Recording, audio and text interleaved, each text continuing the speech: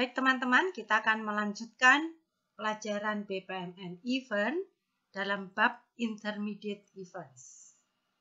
Pertama, kita akan melihat perbedaan antara Start dan Intermediate Event. Start sendiri digambarkan seperti sebuah lingkaran, ya, di mana Start ini tidak membutuhkan adanya sequence flow. Dia bisa memulai sesuatu event. Intermediate events digambarkan dengan dua lingkaran, ya. Ada lingkaran besar, kemudian di dalamnya ada lingkaran kecil.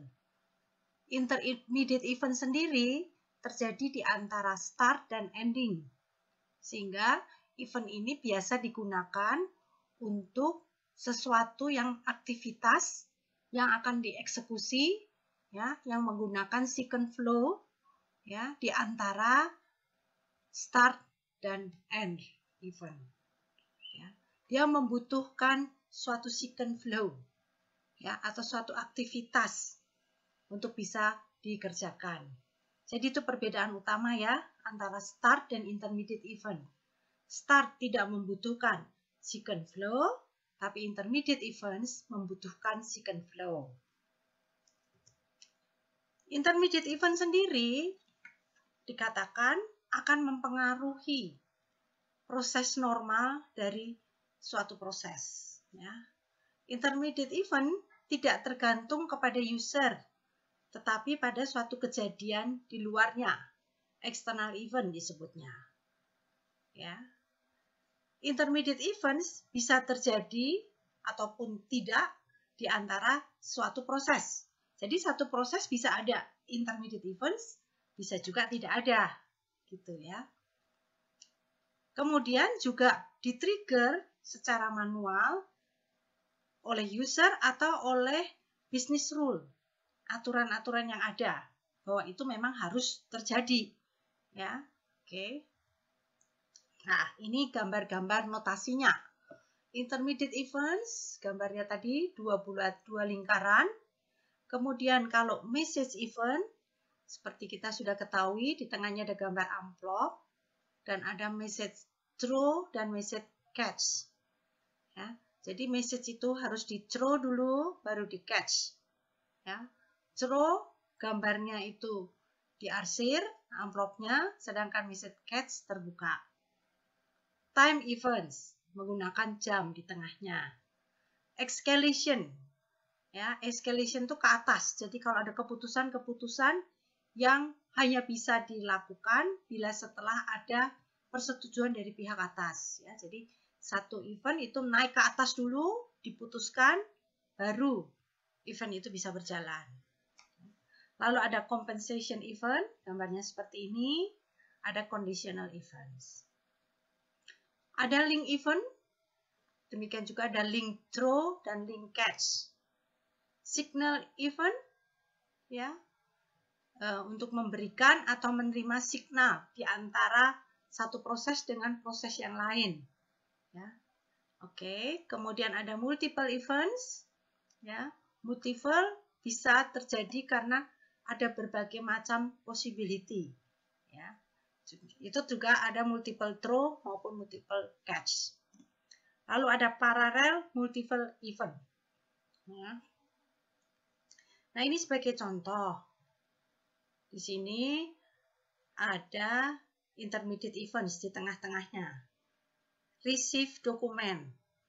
Ya, ketika receive dokumen, sebelum register produk ada receive dokumen, lalu ada analyze request. Ya, untuk ada penghubungnya gitu ya, antara ketika register produk dengan analyze request itu ada hal yang harus disuplai dulu gitu ya.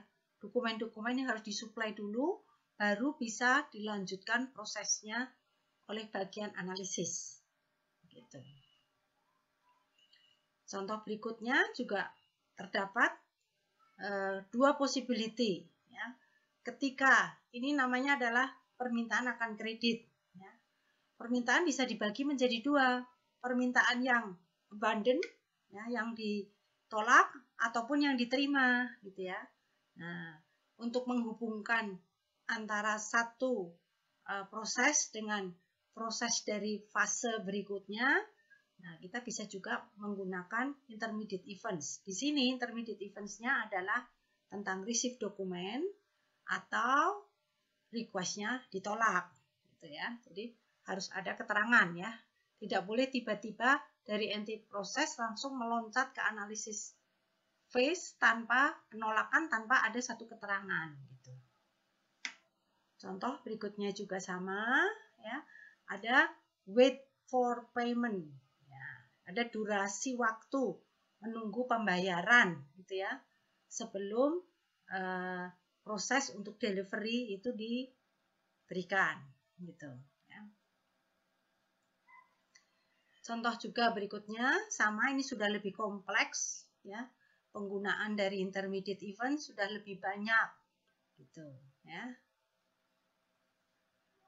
Timer intermediate event.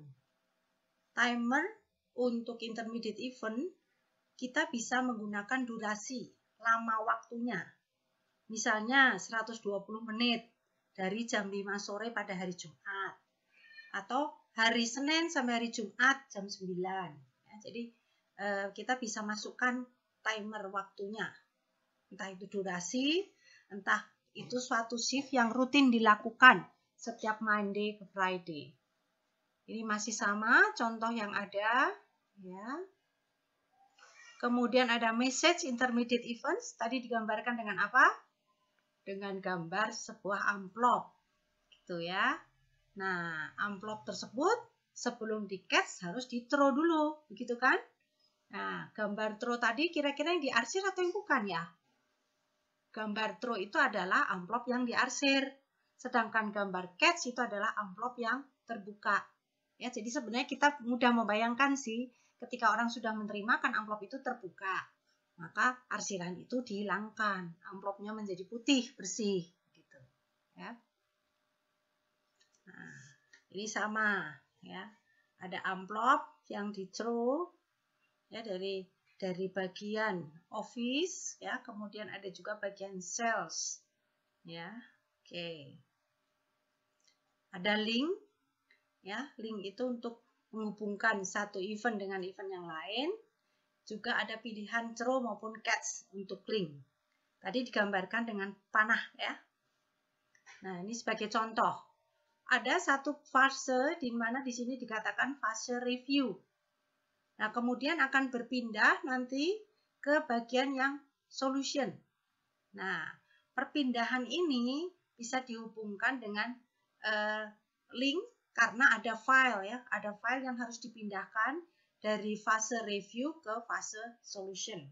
Ya, ada file yang harus di handover gitu ya.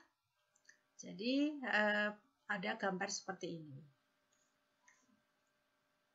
Signal event tadi sudah digambarkan juga, signal event kita coba lihat contohnya ya. Nah, cara pembuatan signal event sama. Kita menuju ke event type, kemudian kita pilih bagian signal ya. Contohnya di sini kembali contoh permintaan akan kredit ya. Bagian sales ya di sini, dan ini adalah di bagian events officer ya. Jadi officer akan memberikan signal ya kepada bagian sales, lalu diterima bagian sales, lalu bagian sales akan memberikan confirm produknya ya, lalu apakah approve request-nya ada gitu ya.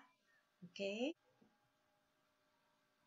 Bagian berikut kita akan mempelajari tentang signal intermediate events, di mana proses A akan dilakukan dan setelah proses A itu selesai, dia akan throw ke proses B.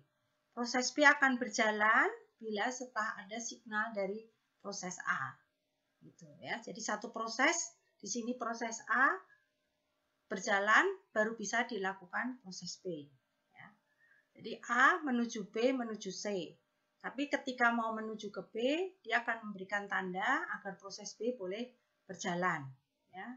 Demikian juga pada proses B yang fase yang lain, sehingga akhirnya mereka akan selesai proses B pada E, proses A selesai pada C.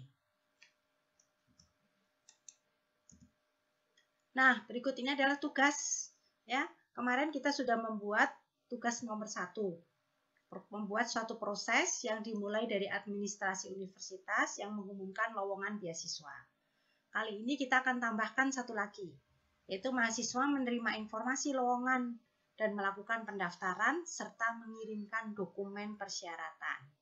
Ya, jadi sekarang ada pihak lain, mahasiswa. Kalau kemarin adalah pihak universitas ya, yang mengumumkan. Sekarang ada satu pihak lain, mahasiswa yang menerima informasi dan melakukan pendaftaran.